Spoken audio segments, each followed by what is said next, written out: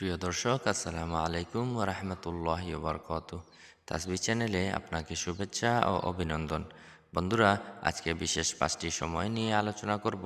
যে 5টি সময়কে আমরা বলতে পারি 5টি সোনালী সময়, যে সময়গুলোতে আল্লাহ পাক আকাশের সমস্ত রহমতের দরজাগুলো উন্মুক্ত করে দেন, যে সময়গুলোতে মানুষ ইবাদত করে আল্লাহর নৈকট্য লাভ করতে পারে এবং যে দোয়াই করা হয় সকল দোয়া আল্লাহ পাক কবুল করেন।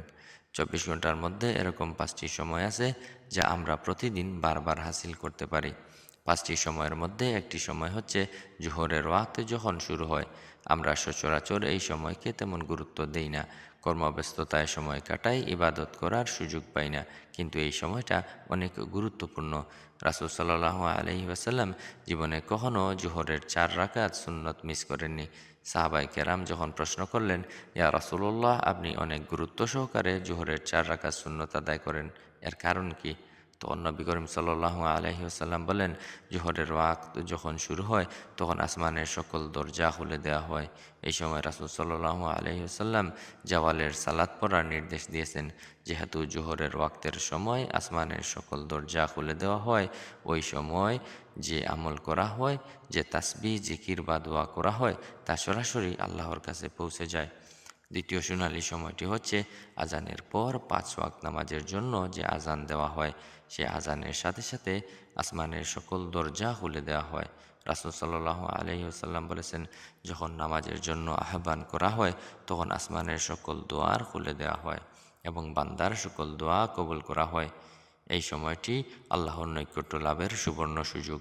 অতএব আজানের পর আমরা দুরুদ এবং দোয়া করার চেষ্টা করব ইনশাআল্লাহ। তৃতীয় সোনালী সময়টি হচ্ছে এক ওয়াক্ত ফরজ নামাজ হইতে অন্য ওয়াক্ত ফরজ নামাজের মধ্যবর্তী সময়, যখন বান্দা এক ওয়াক্ত নামাজ শেষ করে অন্য ওয়াক্ত নামাজের জন্য অপেক্ষায় বসে থাকে।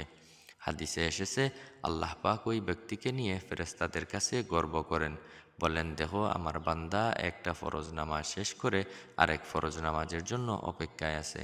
ওই সময় আল্লাহ রহমতের একটি দরজা খুলে দেন।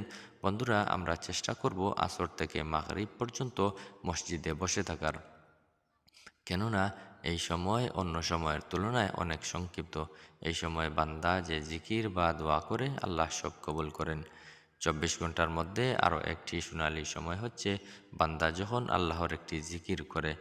আব্দুল্লাহ ওমর রাদিয়াল্লাহু আনহু হতে বর্ণিত, রাসূলুল্লাহ সাল্লাল্লাহু আলাইহি ওয়াসাল্লাম একবার সালাত পড়ছিলেন। পিছন থেকে এক ব্যক্তিকে বলতে শুনলেন, আল্লাহু আকবার কাবীরা ওয়ালহামদুলিল্লাহি কাসীরা ওয়া সুবহানাল্লাহি বুকরাতাও ওয়াসীলা। নামাজ শেষে রাসূলুল্লাহ সাল্লাল্লাহু আলাইহি ওয়াসাল্লাম জিজ্ঞেস করলেন, এই বাক্যগুলো কে পাঠ করেছে? ওই ব্যক্তি বললেন, ইয়া রাসূলুল্লাহ, আমি পাঠ করেছি। তখন নবী করিম সাল্লাল্লাহু আলাইহি ওয়াসাল্লাম বললেন, তুমি যখন বাক্যগুলো পাঠ করেছো, আল্লাহ পাক আসমানের সকল রহমতের দরজা খুলে দিয়েছেন। জিবরিল আমাকে বলেছেন, সুবহানাল্লাহ। বন্ধুরা, আমরা এই কালিমাগুলো দিনের মধ্যে বেশি বেশি পড়ার চেষ্টা করব।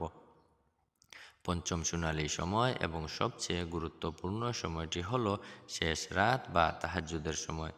যদি আপনার দোয়া আল্লাহর কাছে পৌঁছাতে চান, আল্লাহর নৈকট্য লাভ করতে চান, দুনিয়া এবং আখিরাতের বাদশাহ হতে চান, তাহলে অবশ্যই শেষ রাত্রিতে উঠে আল্লাহর ইবাদত করতে হবে, আল্লাহর কাছে চাইতে হবে। 24 ঘন্টার মধ্যে এই একটি সময় যখন আল্লাহ পৃথিবীর আসমানে নেমে আসেন এবং বান্দাদের ডেকে বলেন, তোমাদের কার কি লাগবে আমার কাছে চাও, আমি তোমাদের তাই দিব। এটি এমন একটি সময় যখন বান্দা আল্লাহর কাছে যা চায় আল্লাহ কখনো ফিরিয়ে দেন না। আমরা এই সময়গুলোতে বেশি বেশি জিকির এবং দোয়া করার চেষ্টা করব ইনশাআল্লাহ। বন্ধুরা, প্রতিদিন এরকম ভিডিও পেতে তাসবিহ চ্যানেলকে সাবস্ক্রাইব করে পাশে থাকবেন। ভিডিওটি ভালো লাগলে লাইক এবং কমেন্ট করবেন, বন্ধুদের সাথে অবশ্যই শেয়ার করবেন। দেখা হবে পরবর্তী ভিডিও নিয়ে। আসসালামু আলাইকুম ওয়া রাহমাতুল্লাহি ওয়া বারাকাতুহু।